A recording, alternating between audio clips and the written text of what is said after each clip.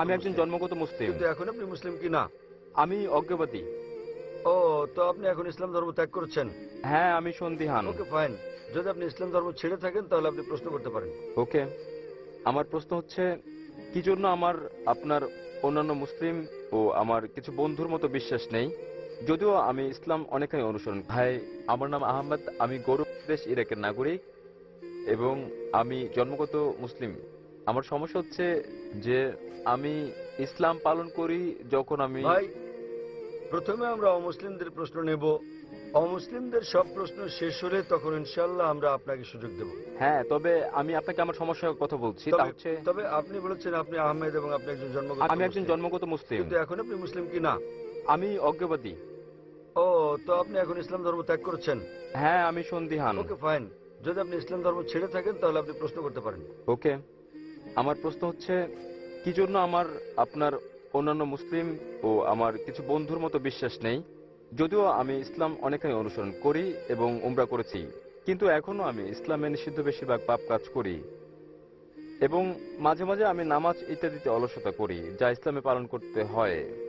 আমি অনেক বই পড়েছি অন্য ধর্ম সম্পর্কিত ও ষড়যন্ত্র তথ্য সহ, এবং ইউটিউবে আমি আপনার ভিডিও, প্রামাণ্যচিত্র ইত্যাদি দেখেছি এবং আমার মাথায় ঘুরপাক খায় অনেক প্রশ্ন আল্লাহ, রাসূল ও সমগ্র মুসলিমদের ব্যাপারে। এবং মূলত সবচেয়ে গুরুত্বপূর্ণ প্রশ্ন হচ্ছে, আপনি কোনো বিতর্ক কিংবা প্রশ্নোত্তরে বলেছেন আল্লাহ হচ্ছেন স্রষ্টা এবং তিনি অসৃজিত, কিন্তু আমার উপলব্ধি, যার সৃষ্টি হয়নি তার অস্তিত্ব কিভাবে সম্ভব? তথাপি তিনি থাকলে কেমন করে আমরা তাকে বুঝবো, কিভাবে তাকে দেখব বা তার কথা শুনবো বা তাকে ভয় করব, কিন্তু তার অস্তিত্ব জানবো যেহেতু তিনি সৃষ্টি হননি? এটা আমার প্রশ্নগুলোর একটি। ভাই আহমেদ বললেন যে তিনি জন্মগত মুসলিম, তিনি এসেছেন ইরাক থেকে। তিনি কোরআন পড়েছেন, অন্যান্য বইও পড়েছেন, কিন্তু তিনি অনেক পাপ করেছেন। তিনি বিশ্বাস করেন, মাঝে মাঝে তিনি অজ্ঞেয়বাদী হয়ে পড়েন এবং প্রার্থনায় আলস্য করেন। ভাই, আপনার আসল প্রশ্নের জবাব দেওয়ার আগে বলছি, যদি আপনি পাপ কাজ করেন এবং যদি আপনি প্রার্থনার ক্ষেত্রে আলস্য করেন, তাতে আপনি অমুসলিম হয়ে যাননি। যতদিন আপনি বিশ্বাস করেন প্রার্থনা করা ফরজ, মাঝে মধ্যে বাদ পড়লে সেটা পাপ। এটা বড় পাপ যে মাঝে মাঝে আপনি প্রার্থনা করেন না, তবে তাতে আপনি অমুসলিম হয়ে যাননি। যদি আপনি বলেন প্রার্থনার প্রয়োজন নেই, তাহলে আপনি কুফর করছেন। তবে যদি আপনি মাঝে মাঝে পাপ করেন, কখনো ছোটখাটো পাপ, কখনো বড় পাপ, তখন এটা হারাম, অর্থাৎ নিষিদ্ধ, কিন্তু তা আপনাকে ইসলামের বাইরে ঠেলে দেয় না। মাঝে মাঝে শয়তানের ওয়াসওয়াসায় আপনাকে বলে, ও তুমি মুসলিম, কিন্তু ইসলামের এটা ঠিক নয়, এটা ভুল, এবং এটা মানুষের মনকে বিক্ষিপ্ত করে দেয়। সে সময় আপনার ঈমান দুর্বল হয়ে পড়তে পারে। তবে এসব আপনার ভাবা উচিত নয় যে আপনি অমুসলিম। আপনার প্রশ্ন অনুযায়ী যা আমি আমার লেকচারে বলেছি, এবং আপনি ঠিক, যে সর্বশক্তিমান ঈশ্বর হচ্ছেন স্রষ্টা, কিন্তু নিজে সৃষ্ট নন। আপনি জিজ্ঞেস করেছেন কিভাবে অসৃষ্টকে, কিভাবে আমরা অসৃষ্ট জিনিস দেখি, কিভাবে এটা সম্ভব। আল্লাহ সুবহানাহু ওয়া তাআলা হচ্ছেন খালিক, তিনি স্রষ্টা, এবং সংজ্ঞা অনুযায়ী তিনি অসৃষ্ট। কারণ সচরাচর মানুষ বলে, যখন তারা যৌক্তিকভাবে প্রমাণের চেষ্টা করে, সবকিছুরই স্রষ্টা আছে। কে এই টেবিল সৃষ্টি করেছেন? কাঠমিস্ত্রি। কোথায় পেলেন কাঠ? গাছ থেকে। সৃষ্টি করেছেন কে এই গাছ? উত্তর আসে আল্লাহ। অর্থাৎ যখন অনেক লোক চেষ্টা করে কোনো নাস্তিককে বোঝাতে, তখন তারা বলে সবকিছুরই স্রষ্টা রয়েছে, আর তখন তারা পড়ে ফাঁদে। যখন নাস্তিকটাকে প্রশ্ন করে আল্লাহকে কে সৃষ্টি করেছেন, তাহলে আপনি যদি আমার ক্যাসেট শুনে থাকেন, আমি কখনো সে পথে জানি, আমি জিজ্ঞেস করি নাস্তিকদেরকে, কিভাবে তুমি বিশ্ব ব্রহ্মাণ্ড সম্পর্কে জানলে, কিভাবে তারকারাজির সূর্যের কার্যপ্রণালী সম্পর্কে জানলে, তখন সে বলে, এবং পেছনে ফেরে বলে স্রষ্টা। তাহলে এটা পরস্পর বিপরীত। যদি আপনার জানা থাকে কিভাবে যুক্তি দিতে হয়, আপনি এই সমস্যা নিয়ে কখনোই নাস্তিকের ফাঁদে পা দেবেন না। মুসলিমরা, বিশ্বাসীরা আল্লাহকে সৃষ্টির ব্যাপারে বলেন সংজ্ঞাগতভাবে আল্লাহ হলেন অসৃষ্ট। এবং যদি আপনি প্রশ্ন করেন আল্লাহকে কে সৃষ্টি করেছেন, যদি আমার লেকচার শুনে থাকেন, আমি উত্তরটা দিয়েছি। ধরেন এক ব্যক্তি এসে আমাকে বলল যে আমার ভাই জন। হ্যাঁ, আমি জানি, আমি দেখেছি, আমি শুনেছি, তবে আমি বলতে চাই কিভাবে তিনি বিরাজ করেন সেটাই আল্লাহ, যদি তিনি অসৃজিত সেটাই হন। আপনি ও আল্লাহর মধ্যে তফাৎ। তিনি কিভাবে বিরাজমান, মানে তিনি বিরাজিত ছিলেন পূর্ব থেকে, তার কোনো শুরু নেই। আপনার এবং আমার শুরু আছে মানুষের বেলায়, আর সেটাই আমাদের ও আল্লাহর মধ্যে পার্থক্য। আপনি বলতে পারেন না যে আল্লাহকে আমাদের মতো হতে হবে। যদি আল্লাহ আপনার আমার মতো হন তাহলে তার ইবাদত করবো কেন? তাই আপনি কি বিগ ব্রাদারের ঘটনা কখনো শুনেছেন? এটি ব্যবহৃত হয় বিভিন্ন ক্ষেত্রে ও রাজনৈতিক কার্যকলাপে জনসাধারণকে নিয়ন্ত্রণ করতে। এই ধারণায় অনেক দেবদেবী যুক্ত করে পরবর্তীতে এটিকে একটি একেশ্বরবাদী ধর্মে পরিণত করা হয়েছে বিষয়টিকে সহজ করার বিগ জন্য। ব্রাদার আমি কখনো শুনি বিগ ব্রাদার ধর্মের নাম। এটি একটি ধর্ম, এটা হচ্ছে একটি মতবাদ, একটি ধারণা, মূলত উদাহরণ। এতে কি বলা হয়েছে? কি এই ধারণায় কি বলা হয়েছে? এতে কি বলা হয়েছে সেটা হচ্ছে, যখন আপনার একজন বড় ভাই থাকে, আপনার জীবনযাপন নির্বিঘ্ন হয়, যখন সার্বক্ষণিক দেখাশোনার জন্য আপনার কেউ থাকে, সবসময় আপনাকে বোঝেন, রক্ষা করেন, আপনার সঙ্গে থাকেন এবং আপনি তার সঙ্গে কথাও বলতে পারেন, যদিও তিনি কখনো আপনার সাথে কথা বলেন না, থাকতে পারেন আপনার স্বপ্নে ইত্যাদিতে, ফলে আপনার জীবন ধারণ সহজ হয়। যার কোনো বিগ ব্রাদার নেই এবং সব কাজ সহজে নিয়ন্ত্রণ করেন না এবং পুরোপুরি স্বাধীনতা ভোগ করা বড় শাসক ব্যক্তির জন্য বিপজ্জনক।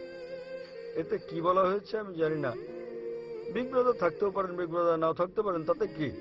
তাতে কি এসে যায় ইসলাম এবং আল্লাহর? তাতে কি এসে যায়?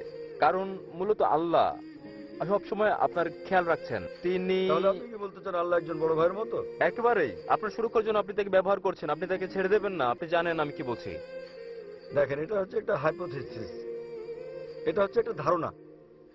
যদি আপনি শুনে থাকেন কিভাবে আমি বুঝাই কোন নাস্তিককে, যদি আপনি আমার উত্তর শোনেন, আপনি বলেছেন আমি অজ্ঞবাদী, আপনি নাস্তিক। হ্যাঁ, আমার প্রথম কাজ হচ্ছে আমি তাকে অভিনন্দন জানাই। কি? আমি তাকে অভিনন্দন জানাই। হ্যাঁ আপনি কি হ্যাঁ আমার উত্তর শুনেছেন? হ্যাঁ, আপনি তাকে অভিনন্দন জানান। তবে আমি কোনো নাস্তিকের সঙ্গে আপনার বিতর্ক দেখিনি, আমি কেবল কিছু প্রশ্নের জবাব দিতে দেখেছি। ফাইন, তাহলে কি আপনি নাস্তিকের উত্তর শুনেননি? না, তবে আমি ডেভিড উইলিয়াম ক্যাম্পবেলের সঙ্গে আপনার বিতর্ক দেখেছি এবং ডেভিড উইলিয়াম ক্যাম্পবেল তো নাস্তিক নন।